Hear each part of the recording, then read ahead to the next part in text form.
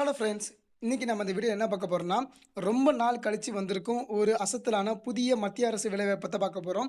இந்த ஜாப் பத்தி பார்க்குற முன்னாடி, இதுவரைக்கும் யார் யாரெல்லாம் நம்ம டெலகிராம் சேனல்ல ஜாயின் பண்ணலையோ அவங்கலாம் ஜாயின் பண்ணிக்கோங்க. அதுக்கான அஃபிஷியல் ஜாயினிங் லிங்க் வந்து கீழ டிஸ்கிரிப்ஷன்ல குடுத்துருக்கேன். அத கிளிக் பண்ணி ஜாயின் பண்ணிக்கோங்க.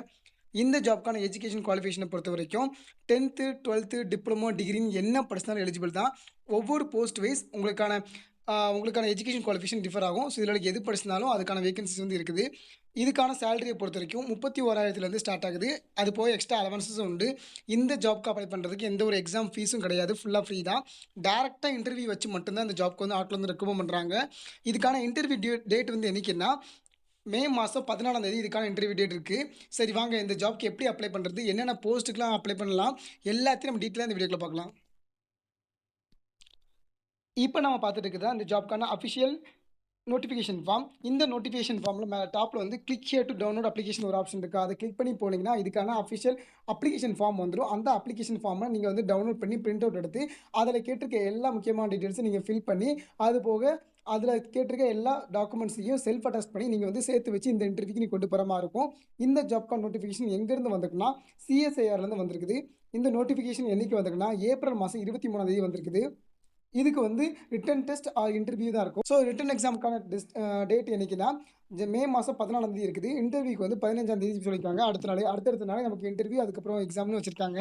என்னென்ன போஸ்ட்டுக்கு ஆட்கள் ரெக்கமெண்ட் பண்றாங்கன்னா, ஃபர்ஸ்ட் வந்து ப்ராஜெக்ட் அசிஸ்டன்ட் கிரேட் 2ன்னு இருக்காங்க. இதுக்கான எஜுகேஷன் குவாலிஃபிகேஷன பொறுத்தவரைக்கும் 3 வருஷத்துக்கான diploma in computer engineering or information technology படிச்சிருக்கணும்னு சொல்லியிருக்காங்க. இதுக்கான சேலரிய பொறுத்தவரைக்கும் 20,000க்கு மேல இருக்குன்னு போட்டிருக்காங்க. அது போக ஹெச்ஆர்ஏ உண்டு. இதுக்கு வந்து மேக்ஸிமம் ஏஜ் லிமிட் வந்து 35 வயசு இருக்கவங்க எலிஜிபிள் சொல்லியிருக்காங்க. அதுக்கப்புறம் வந்து ப்ராஜெக்ட் அசோசியேட் கிரேட் 1 கேட்டிருக்காங்க. இதுக்கு வந்து எம்எஸ்சி இன் கம்ப்யூட்டர் சயன்ஸ் அப்படி இல்லைனா டேட்டா சயன்ஸ் முடிச்சிருக்கணும் சார் கேட்டிருக்காங்க. இதுக்கான சேலரி வந்து 31,000 குடுக்காங்க. அது போக எக்ஸ்ட்ரா ஹெச்ஆர்ஏயும் உண்டுன்னு சொல்லியிருக்காங்க. அதுக்கப்புறம் வந்து ப்ராஜெக்ட் அசோசியேட் கிரேட் 1 கேட்டிருக்காங்க. இதுக்கு வந்து எம்எஸ்சி இன் கெமிஸ்ட்ரி அப்படி இல்லைனா இண்டஸ்ட்ரியல் கெமிஸ்ட்ரி முடிச்சிருக்கணும்னு சொல்லியிருக்காங்க. இதுக்கு வந்து சம் எக்ஸ்பீரியன்ஸ் கேட்டிருக்காங்க. 6 மந்த்ஸ் அதுக்கான எக்ஸ்பீரியன்ஸ் கேட்டிருக்காங்க. இதுக்கான சேலரிய பொறுத்தவரைக்கும் 25,000லேருந்து ஸ்டார்ட் ஆகுது. அது போக பிளஸ் வந்து ஹெச்ஆர்ஏயும் உண்டு. மேக்ஸிமம் ஏஜ் லிமிட் வந்து 35 வயசுல இருக்கவங்க எலிஜிபிள் சொல்லியிருக்காங்க. அதுக்கப்புறம் வந்து ப்ராஜெக்ட் அசோசியேட் கிரேட் 1 இதுக்கும் எம்எஸ்சி கெமிஸ்ட்ரி முடிச்சுக்கணும். அப்படின்னா general chemistry or organic chemistry முடிச்சுக்கணும்னு சொல்லியிருக்காங்க. இதுக்கு வந்து 1 வருஷம் எக்ஸ்பீரியன்ஸ் கேட்டிருக்காங்க. இதுக்கான சேலரிய பொறுத்தவரைக்கும் 31,000 அது போக பிளஸ் வந்து ஹெச்ஆர்ஏ குடுத்துருக்காங்க. ஹெச்ஆர்ஏ 30% குடுத்துருக்காங்க.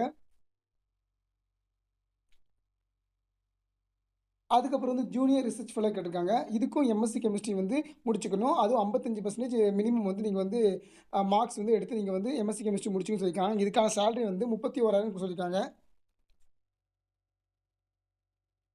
அதுக்கப்புறம் வந்து ப்ராஜெக்ட் அசோசியேட் இருக்காங்க. இதுக்கு வந்து MSc in bio informatics or chemistry or biotechnology முடிச்சுக்கணும். அப்படி இல்லைனா பிஇ, பிடெக்ல வந்து பயோடெக்னாலஜி, பயோ இன்ஃபர்மேஷன் இன்ஃபர்மேட்டிக்ஸ் முடிச்சுக்கணும்னு சொல்லியிருக்காங்க. இதுக்கான சேலரி பொறுத்தவரைக்கும் 25,000 சொல்லியிருக்காங்க.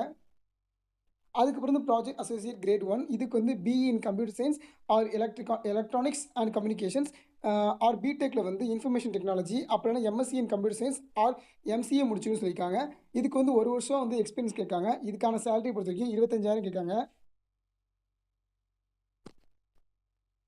இந்த ஜாப்ப பொறுத்த வரைக்கும் ஸ்டேஜ் 1, ஸ்டேஜ் 2ன்னு 2 விதமான மோட்ல வந்து இவங்க ஆட்கள வந்து செலக்ட் பண்றாங்க. ஃபர்ஸ்ட் வந்து ரிட்டன் எக்ஸாமினேஷன் இருக்கும். அது வந்து எம்சிக்யூஸ் தான் இருக்கும்.